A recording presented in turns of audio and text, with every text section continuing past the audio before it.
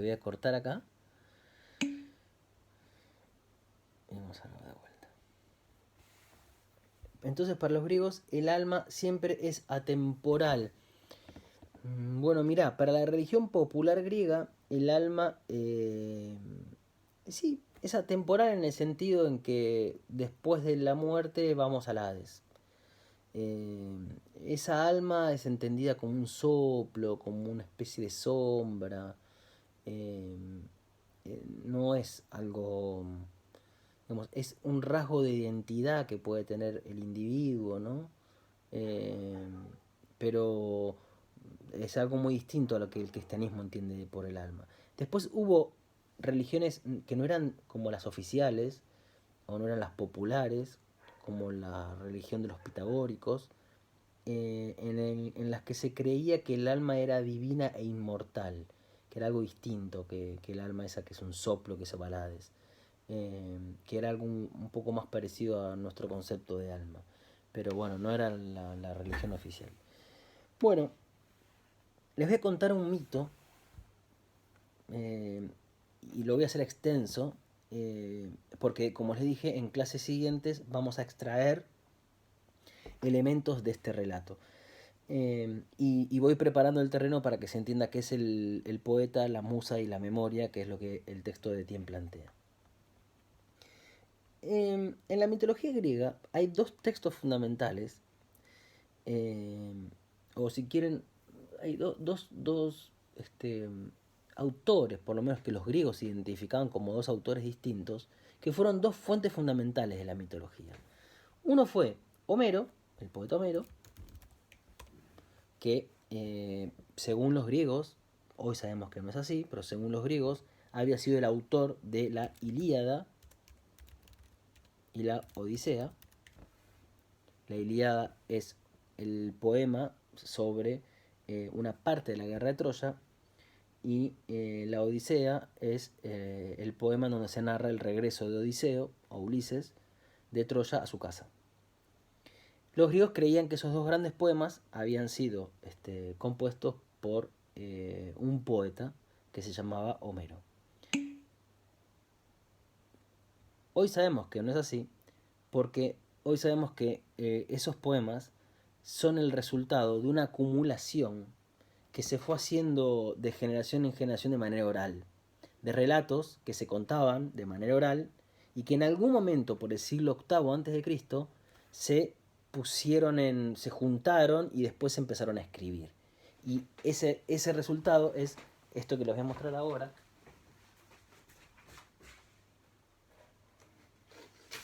Solo para que se hagan de una idea,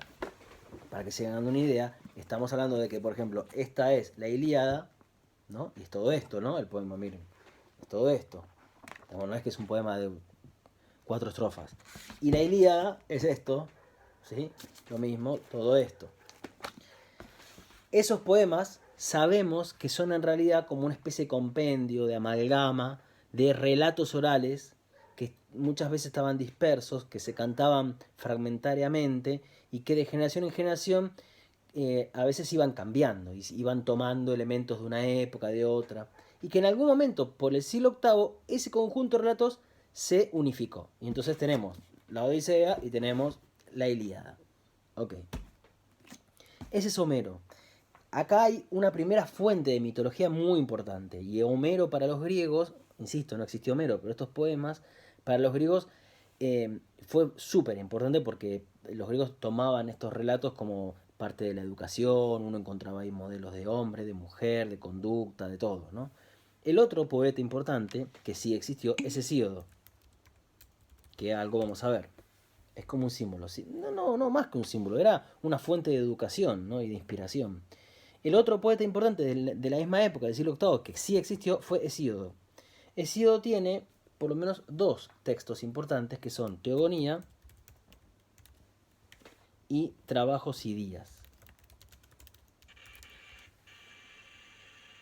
Sí. Nicolás, ¿querés decir algo? No. Ok. Eh, estos dos poetas, de alguna manera, abren el juego de la mitología griega. En el caso de Hesíodo es muy importante porque en el poema Teogonía, Hesíodo lo que hace es presentar de una manera sistemática el origen tanto de los dioses como el origen del universo.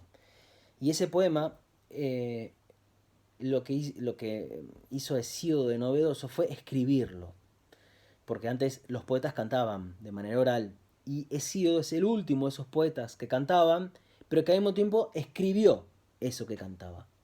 Y entonces lo que permitió el libro escrito es de alguna manera ordenar la concepción de la mitología del origen del universo y de los dioses para todo el pueblo griego, que en realidad eran ciudades independientes unas de las otras. Eran todos griegos, pero las ciudades eran independientes. Entonces lo que ocurría es que muchas veces la mitología tenía versiones o variaciones distintas. Hesíodo lo que permitió es unificar la concepción religiosa de todos los griegos. Ok, bien. Les voy a contar algo de la Ilíada y de la Odisea. No es más que un relato lo que voy a hacer ahora, pero a mí me parece importante pasar por este relato, eh, porque los va a poner a tono, los va a poner como en escena, de lo que después vamos a ver en la próxima clase sobre lo que es el poeta. Cuando hablemos del poeta nos vamos a tener que referir a muchos de los elementos que voy a explicar ahora. Voy a resumirlos, voy a contarlos, a recontarlos, si son historias. Les voy a contar primero de qué trataba la Ilíada o de qué trata la Ilíada. El poema de la Ilíada se llama Ilíada porque narra una parte de la guerra de Troya. En algunas versiones antiguas, Troya era llamada Ilión. Ilión o Troya, tiene esos dos nombres. Se llama Ilíada porque es la historia de la guerra de Troya, de Ilión, de la guerra que ocurrió ahí en Ilión. ¿Qué es lo que cuenta la Ilíada? No cuenta toda la guerra de Troya, sino que cuenta una partecita. Yo les voy a contar de qué va la guerra de Troya, les cuento la partecita de la Ilíada y después les cuento la Odisea. ¿Está bien? ¿Les parece bien? Ok, sí. ¿Qué van a decir? No les queda otra. Bueno. Vamos a empezar con contextualizar lo que fue la guerra de Troya. Brevemente, es para que se pongan como en clima y entren en ese universo de la mitología griega. Según se cuenta, según se contaba, en la ciudad de Esparta vivía una mujer que se llamaba Helena. Helena se consideraba como la mujer más bella que existía. Se creía que la belleza de Helena competía con la belleza de la mismísima Afrodita, que es la diosa de la belleza, imagínense. Esta mujer, que era pero lo más de lo más, se casa con el rey de Esparta, y bueno, y vive en Esparta, ¿no? Este rey de Esparta, que se llama Menelao, era el hermano de el rey de Micenas, que se llama, estoy distraído, perdonen. Era el rey de Micenas, que se llamaba Agamenón. Según estos relatos, Agamenón era como el rey de todos los griegos, ¿sí? Como el rey aunque los griegos eran todos reinos distintos, se creía que Agamenón era como el jefe de todos. El hermano de este Agamenón, Menelao, se casa con Helena. Bien, un día pasa por Esparta una especie de embajada troyana en la que iba el príncipe de Troya, que se llama Príamo. Se llama Príamo o Alejandro, porque en principio, cuando nace, a los reyes de Troya le dicen que ese hijo va a generar la destrucción de Troya. Entonces el rey de Troya lo manda a, a matar y no lo matan. Una historia típica de la mitología, como la de Edipo. Y no lo matan. Yo que dije Príamo, no, perdón, Príamo dije que estaba ahí, no, es Paris el que está ahí, perdón, me estoy confundiendo porque estoy distraído, ya les dije. Sí, el que estaba ahí, el príncipe, es Paris. Este Paris, cuando nace, le dicen al rey de Troya, que es Príamo, que va a generar la destrucción de Troya. Entonces Príamo dice, bueno, mándenlo a matar, y lo crían bajo el nombre de Príamo, otra vez bajo el nombre de Paris, cuando en realidad se llama Alejandro. Este Paris entonces llega a Esparta. Bueno, te perdiste, sí. Voy a pasar de vuelta. Porque me confundí con Príamo, me estoy distraído. Está Helena, que es la mujer más bella del mundo. Se casa con Menelao, el rey de Esparta. Un día por Esparta pasa una embajada en la que está Paris, que es el príncipe de Troya. Este Paris es todo lo que un hombre no debería ser. Mientras que en la mitología vinculada a la guerra de Troya, el ideal del varón es el héroe, es el guerrero que muere en el combate, este Paris solo se quiere dedicar a los placeres, a la bebida y a las mujeres. Cuando llega a Esparta, parece ser que, bueno, la ve a esta mujer y obviamente se enamora y la rapta y se la lleva a Troya. Las malas lenguas dicen que Helena en realidad se fuga con Paris. La historia oficial es que Paris rapta a Helena y se la lleva a Troya. En la peli se fuga, sí. Entonces, claro, ustedes piensen, cuando Menelao se entera de que Paris raptó a Helena, se enfurece. Helena era la reina de Esparta. Entonces, Menelao, ¿qué es lo que hace? Llama por teléfono a su hermano Agamenón, rey de todos los griegos, y le dice: Agamenón, un troyano acaba de raptar a la reina de Esparta, tenemos que ir a rescatarla y castigar a los troyanos esta enorme ofensa que nos han cometido. Y entonces Agamenón le manda así como un WhatsApp a todos los reyes de Grecia y le dice que se tienen que juntar en las murallas de Troya con sus ejércitos para rescatar a Helena y castigar a los troyanos.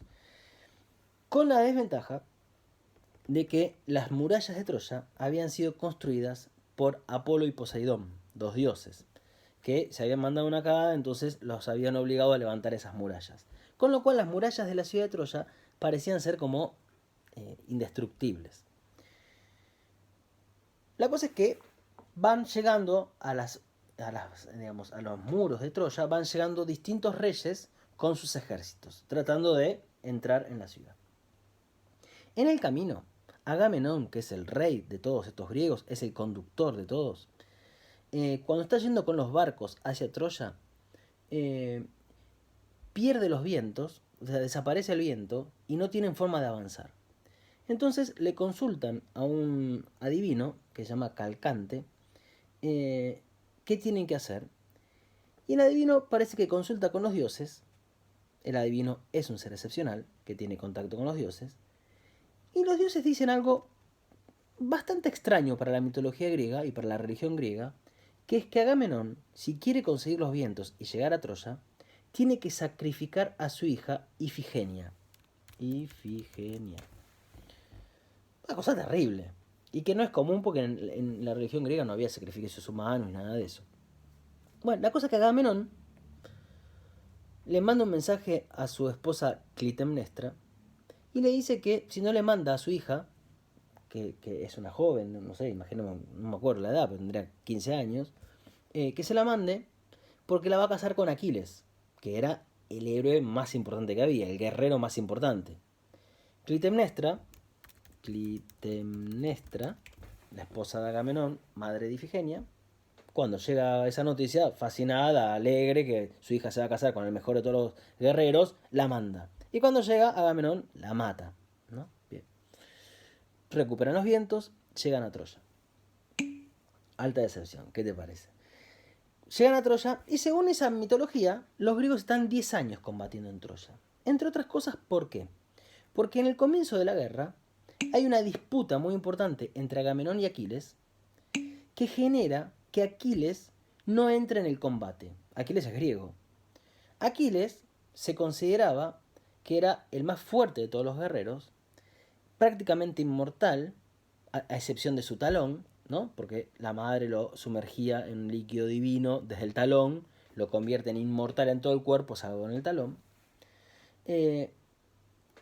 Estos dos guerreros, Agamenón y Aquiles, se pelean al principio de la guerra por una esclava. ¿Qué es esto? En algunos de los combates, o en todos los combates, cuando uno vence al enemigo, los griegos, como cualquier guerrero, se traían como bienes de valor de ese guerrero vencido, que podían ser sus armas, pueden ser joyas o pueden ser esclavas, mujeres que se convertían en esclavas. Agamenón toma una de esas esclavas que resulta ser hija de un sacerdote de Apolo. Entonces Apolo le manda a decir a Agamenón que le devuelva a su sacerdotisa. Y Agamenón, que es un soberbio, les dice que no. Y entonces Apolo, ¿qué es lo que hace? Empieza a lanzar flechas envenenadas al campo de los griegos. Y entonces entre los griegos se desencadena una especie de peste, de enfermedad, que los griegos lo entienden como las flechas envenenadas del dios. Como si nosotros hoy dijéramos, esto es un castigo de Dios, este virus que está matando tanta gente es un castigo de los dioses, o está Apolo tirando flechas contra todos nosotros. Entonces Agamenón devuelve la esclava y le quita una esclava a Aquiles. Aquiles le dice, mirá, flaco, ¿qué haces? Devuélvemela, esta esclava es mía. Y Agamenón le dice, no, mira, yo soy el rey de todos los griegos, te la saco. Y entonces Aquiles que le dice, mira, si vos no me devolvés esa esclava, yo no entro en combate. Aquiles, el guerrero más importante, se niega a combatir. Y se sabía que la guerra iba a empezar a terminar el día que Aquiles entrara en combate. Y así están 10 años ante las murallas de Troya sin poder penetrar. ¿Dónde empieza esto? ¿Dónde empieza este poema? En el momento de la pelea con Agamenón. De hecho, podríamos decir que este libro, que como les dije es uno de los primeros libros, o el primer libro importantísimo de la mitología griega y de la cultura griega, este libro, la Ilíada, narra en realidad la cólera de Aquiles, es decir, el enojo de Aquiles, que puede ser entendido en principio como este enojo con Agamenón. Miren cómo empieza el canto. Es importante porque vamos a retomar cosas de las musas y el poeta. Miren cómo empieza en una traducción. Dice, la cólera canta odiosa del pélida Aquiles. De Aquiles, hijo de Peleo, del pélida Aquiles.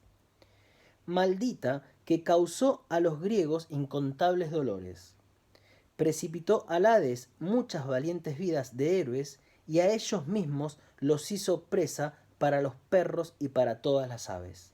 Y así se cumplía el plan de Zeus desde que por primera vez se separaron tras haber reñido el Atrida, soberano de hombres, ese es Agamenón, y Aquiles de la casta de Zeus. Esos son los primeros versos de la Ilíada. Es decir, la cólera canta odiosa del pélida Aquiles. La cólera, el enojo, canta odiosa. ¿Qué es odiosa? Es una invocación. Odiosa. ¿Cuál es la diosa a la que estoy invocando para que cante el enojo de Aquiles? Las musas. El poeta le pide a las musas que canten la cólera de Aquiles, porque yo, poeta, soy un humano. Si la musa no me inspira, no tengo manera de saber cómo fueron esos acontecimientos. Muy bien. Entonces, ahí se la pasan 10 años los griegos hasta que finalmente ocurren dos cosas. Por un lado, Aquiles tenía un compañero que era una especie como de escudero, que era su amigo del alma, que se llamaba Patroclo. Entre los griegos, ya lo vamos a ver probablemente, había ciertas relaciones entre varones que eran relaciones de amistad que podían tener o incluir relaciones sexuales o eróticas. Y que suponía como un vínculo muy fuerte que los griegos concebían como un vínculo más fuerte que el que el hombre podía tener con la mujer, con la que solo tenía un vínculo para reproducirse. En cambio, con los varones se entendía que había una relación de paridad, porque eran iguales, las mujeres eran consideradas inferiores. Entonces, Patroclo es este compañero de la vida de Aquiles. Patroclo, que es más joven y es más inocente, un día sin decirle nada a su amo y a su amigo, toma sus armas y decide entrar en combate para asustar a los troyanos, creyendo que los troyanos van a salir todos corriendo cuando vean venir a Aquiles. Patroclo hace eso y tiene la mala fortuna de cruzarse con Héctor, que es otro hijo del rey Príamo de Troya. Estaba Paris, que era un desastre, y está Héctor, que es el héroe perfecto, es el guerrero ideal. Y Héctor lo mata a Paris. Lo mata. Cuando Aquiles se entera que Héctor mató a su amigo, Ahí está la cólera vuelta, se saca, se vuelve desquiciado Aquiles, terrible. Bien, ahora les voy a decir cómo termina esa pelea. El otro acontecimiento que precipita el final de Troya, mata a Patroclo. Héctor mata a Patroclo, sí, no sé si lo dije mal. Héctor mata a Patroclo. Y entonces Aquiles va a entrar en combate para vengar la muerte de su amigo y va a luchar contra Héctor. Ahora lo voy a contar. El otro acontecimiento que precipita la guerra es que Odiseo, que es otro héroe muy importante, decide resolver el conflicto que hay entre Aquiles y Agamenón. Y entonces, ¿qué es lo que hace? Odiseo les propone a Aquiles y a Agamenón que que Agamenón le devuelva una esclava, eh, pero que lo haga no dándole como en mano la esclava, como si Agamenón le dijera, toma, acá tenés a esta esclava. Porque ese tipo de distribución de bienes, en este caso es una esclava, es como un bien de valor, en esta mentalidad de los griegos implicaba la apertura como una deuda, o de lo que sería como un don y un contradón. ¿Qué es un don? Un regalo, ¿no? Un bien. Entonces, si yo le doy un bien a alguien, inmediatamente esa persona está en deuda conmigo, ¿no? Es algo que en algunos pueblos todavía existe, ¿no? Si yo un día recibo a alguien en mi casa que está de viaje y lo hospedo y le doy comida, en algún momento esa persona me va a devolver eso. Esa, esa lógica del don y del contradón habría como relaciones de desigualdad, porque uno siempre quedaba en deuda con el otro. Agamenón le quiere dar la esclava y Aquiles le dice, no, pero yo de la mano de Agamenón no voy a recibir ningún bien, porque Aquiles no quiere quedar en deuda con Agamenón. De esta manera, Odiseo, ¿qué es lo que propone? Que en vez de que Agamenón se la dé en la mano a la esclava, la ponga en el espacio de una asamblea, que es donde los guerreros debatían, ya lo vamos a ver, y la ponga en el centro de la asamblea. Lo voy a explicar más adelante, pero ustedes ahora escuchen nada más este relato. Al poner un bien en el centro, estos guerreros creían que el bien puesto en el centro era un bien puesto en común, porque el centro es el lugar común a todo un círculo. La asamblea era un lugar circular. Y entonces Agamenón pone la esclava en el centro y Aquiles la toma del centro. Y eso implica que no haya deuda, porque los bienes puestos en el centro son bienes puestos en común. Bien. Y entonces ahí Odiseo, una vez resuelto el problema entre Agamenón y Aquiles, inventa la idea del caballo de Troya.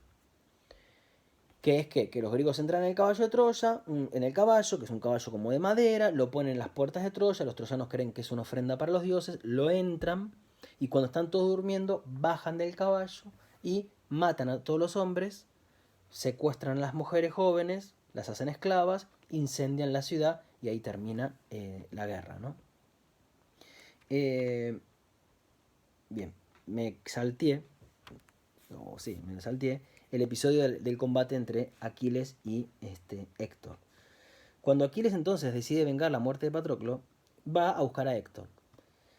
Ahí hay un episodio en Ilíada alucinante que es cuando Príamo y Hécuba, que son los reyes de Troya, se enteran de que Aquiles está viniendo a buscar a Héctor. Ellos saben, porque así lo dijo una vez un oráculo, que su hijo va a morir en manos de Aquiles. Y Héctor sabe que va a morir en manos de Aquiles. Héctor, que es un guerrero, cuando se entera de esto, está en las murallas de Troya con su padre y su madre. Y imagínense, desde las murallas de Troya ven todo el campo ahí abajo, que es el campo de combate. Y ven venir desde el horizonte a Aquiles, que como si fuera una especie de toro salvaje, que viene como destruyendo todo lo que pasa, porque es un ser casi inmortal Aquiles, viene pero echando furia, pero terrible lo que es ver venir a Aquiles, el héroe más fuerte de todos.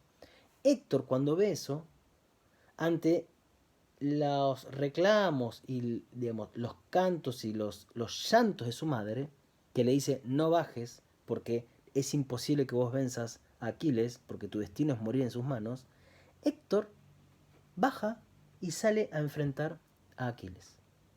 Ustedes imagínense, yo por lo menos digo siempre esto, si a mí me dicen los dioses que mi destino es morir en manos de Gabriel, que ahí lo veo, que tiene la foto, si yo salgo al kiosco y me cruzo con Gabriel, me doy media vuelta y salgo corriendo, ¿no? Porque es mi destino. Entonces yo quiero evitar la muerte.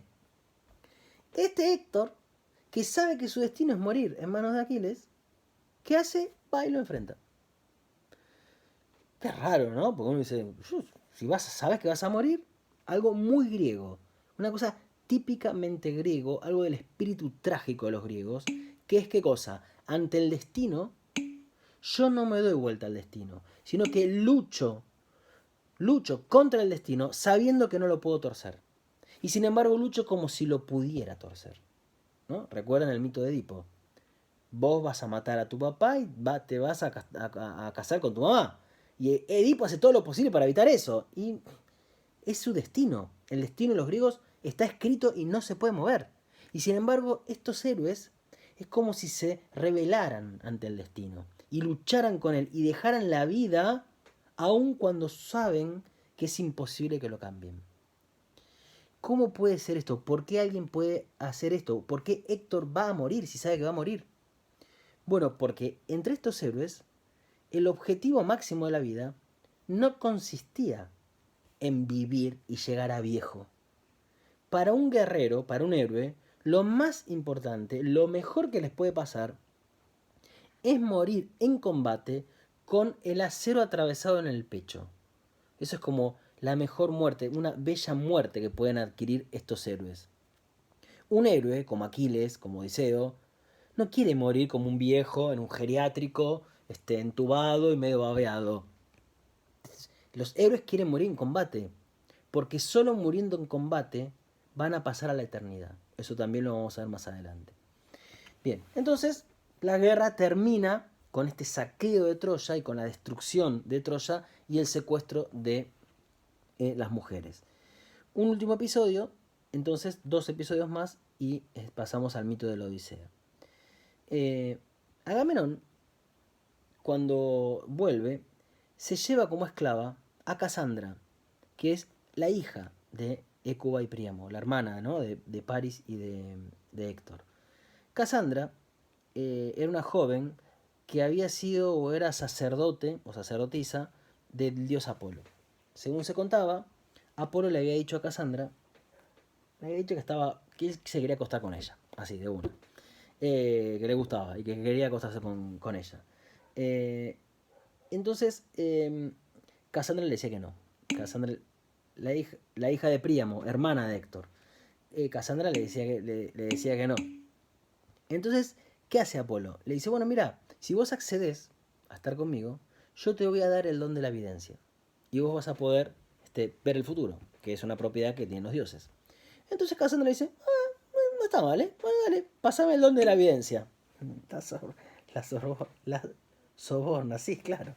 Entonces Casandra le dice, sí, dale, pásame el don de la evidencia. Le da el don de la evidencia y entonces cuando Apolo quiere ir a acostarse con ella dice, no, yo no quiero saber nada con vos. Entonces, ¿qué hace Apolo? La condena a que sus palabras pierdan la fuerza de la persuasión. ¿Qué es esto? Que nadie le crea. Entonces, Casandra está condenada a ver el futuro, decirlo y nadie le cree. Es decir, sos una loca. Casandra dice, vienen los griegos, Troya va a quedar incendiada, la gran Troya, una ciudad que era increíble, construida por dioses, magnífica, va a quedar reducida a cenizas, todos los hombres muertos y nosotras esclavas, y todos le dicen, no, cállate, vos estás re loca. Una cosa desesperante para ella.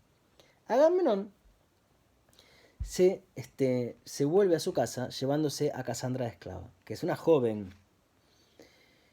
Recuerden, pasaron 10 años, en el camino Agamenón le engañó a su esposa Clitemnestra y sacrificó a su hija. Agamenón, dije Aquiles, me equivoqué, perdón. Agamenón se vuelve con Casandra. En el medio, recuerden, los 10 años en los que Agamenón había engañado a Clitemnestra y había sacrificado a su hija. Durante esos 10 años, Clitemnestra, que en la Ilíada es el modelo de todo lo que una mujer no debe ser, Clitemnestra, ¿qué es lo que hace? En 10 años que su marido se fue y la dejó. ¿Qué es lo que hace Clitemnestra? Clitemnestra se busca un amante que se llama Egisto, que es lo peor, imagínense, los héroes están dejando los griegos están dejando la vida en Troya y acá hay un tipo que está en el palacio con la reina de amante, mientras los hombres están luchando por el honor griego, ¿no? La peor basura del mundo.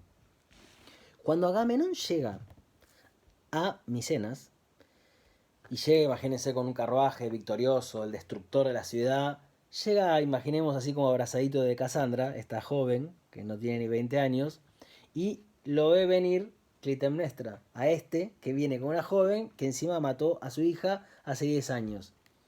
¿Cómo termina Agamenón, el destructor de ciudades, el rey de todos los reyes griegos? Llega a Micenas y Clitemnestra con Egisto lo matan con un cuchillazo por la espalda y muere así Agamenón, el rey de reyes, matado por su esposa y por el amante de ella por la espalda. Y sabe quién manda, sí. Y ahí es un poco el fin de ese ciclo, ¿no? La Ilíada empieza con el enojo entre Agamenón y Aquiles y termina con los funerales de Patroclo. Eso es el poema. Pero todo el mito es esto que conté. Muy bien. Entonces